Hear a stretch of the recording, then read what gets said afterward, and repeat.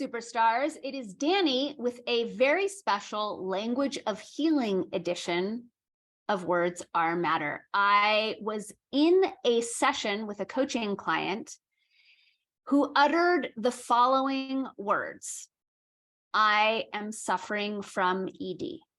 Okay.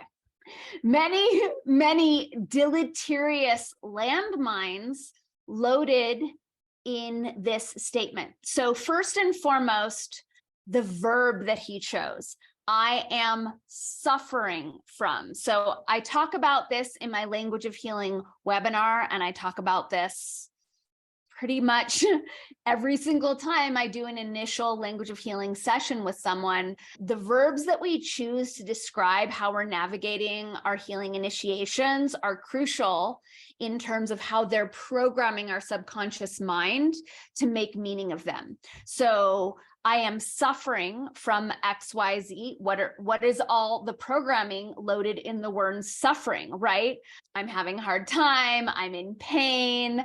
I'm disempowered to whatever it is I'm experiencing, right? Suffering is, for me personally, not a word that inspires a lot of joy or positivity. We're going to bookmark the ED part. Don't worry, I will come back to that before the end of this video. But I am suffering from XYZ, right? I am suffering from Parkinson's. I am suffering from arthritis. I am suffering from anxiety. We never want to lay claim to suffering when dealing with any sort of physical, psychological, or emotional distortion, right? It is, I am experiencing, I am moving through, I am healing, I am excited to heal, I am currently dancing with, right?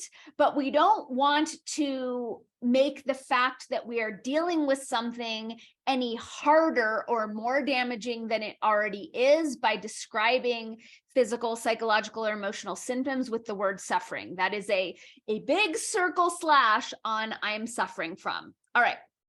So now let's move on to ED, erectile dysfunction, right? So erectile dysfunction is a pathology. It is a clinical diagnosis that is stapled onto men who are not getting as hard as they would like to, as they're used to, right? What they're experiencing is a different type of erectile relationship than they've had in the past, or than they are preferring to have, right? So their erections are just different. The penis is softer than I'm used to, right? But then we take the experience, the objective experience in and of itself of a penis not getting as hard as we're used to or would want to, and then we staple it with a judgment called dysfunction, right? Erectile dysfunction. So right there, it's taking the objective experience of a penis responding differently than we're used to or we would prefer, and we're stapling it with a judgment called dysfunction, right? So think of the programming there. I am telling my penis, you are dysfunctional. There is something wrong with you, right? That is what dysfunction means, not functioning properly. We can look up the etymology of bad. This is literally the first thing popped up. Bad, ill, hard, difficult, abnormal, imperfect. All right, not necessarily hard in the case of ED, but when we call it erectile dysfunction, we are telling our penis, you are bad, you are difficult, you are abnormal, you are imperfect, right? None of these things are programming us to transcend this softness that we would rather not be experiencing, to mind the lessons that are there for us. We're just putting a judgment on it.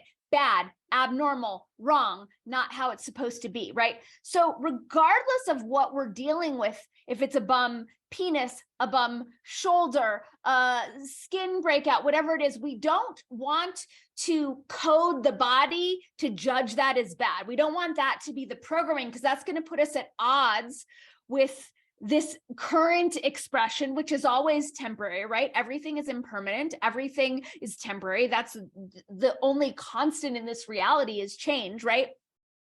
So we don't want to judge these temporary experiences or ever-changing experiences as bad or wrong. That only compounds the issue that we're dealing with.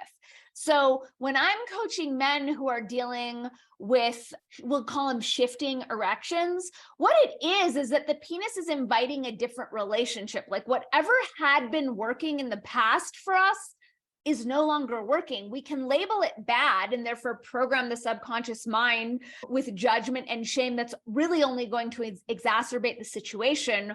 Or we can language it in a more open way which is also more honest, which is my penis isn't responding to the usual stimulus the way it normally has, and I have frustration around it. What ED is it's the body inviting us into a different relationship. Either the nervous system is needing more calm, maybe the penis has been stroked in the exact same way with the exact same pressure for way too long, and it's inviting us to embark upon a different sort of stimulus relationship. I mean, there's so many things that it could be pointing to. It could be pointing to emotional issues and traumas, things that have been shoved under the rug too long, right? So I really advise all of my clients to remove the dysfunction label, to remove the suffering label, and to leave these, my penis is responding differently right now, and I'm in an exploratory phase in terms of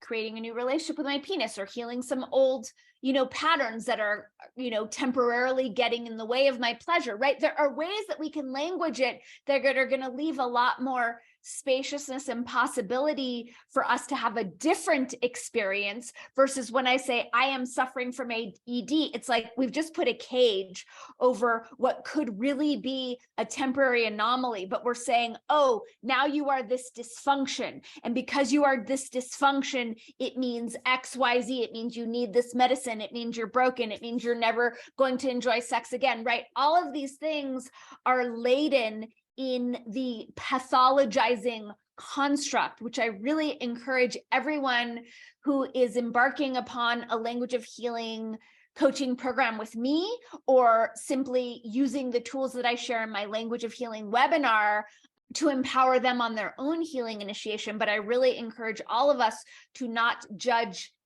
anything as a dysfunction, to not place any deleterious judgments on temporary symptoms, and certainly to not give our power away to pathologies, which themselves come front-loaded with associations and schedules of deterioration that might not otherwise manifest were we to eschew these pathologies, these diagnoses, these labels that function as cages, and these like preordained tracks of the unfolding of symptoms that might choose to diminish, to clear up, to go away entirely had we not labeled them as such. So we're getting twofold lesson in this one language of healing edition of Words Are Matter, which is one, note the verbs that we're using to describe our experience of temporary symptoms, and definitely eschew the negative ones like suffering. Number two, to eschew pathologies that would seek to tell us that our body's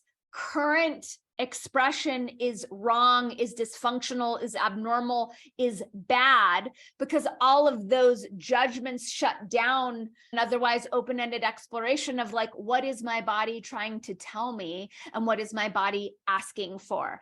I would be so happy to talk to you about embarking upon a language of healing program with me if you are someone who is currently traversing a healing initiation, is transmuting chronic pain / dis-ease. As well, as I mentioned, I do have a language of healing webinar available on my site. It is actually discounted right now for the holidays. So those options are available. Thanks for paying attention. Thanks for remembering that every word matters, that you are omniscopic amazingness.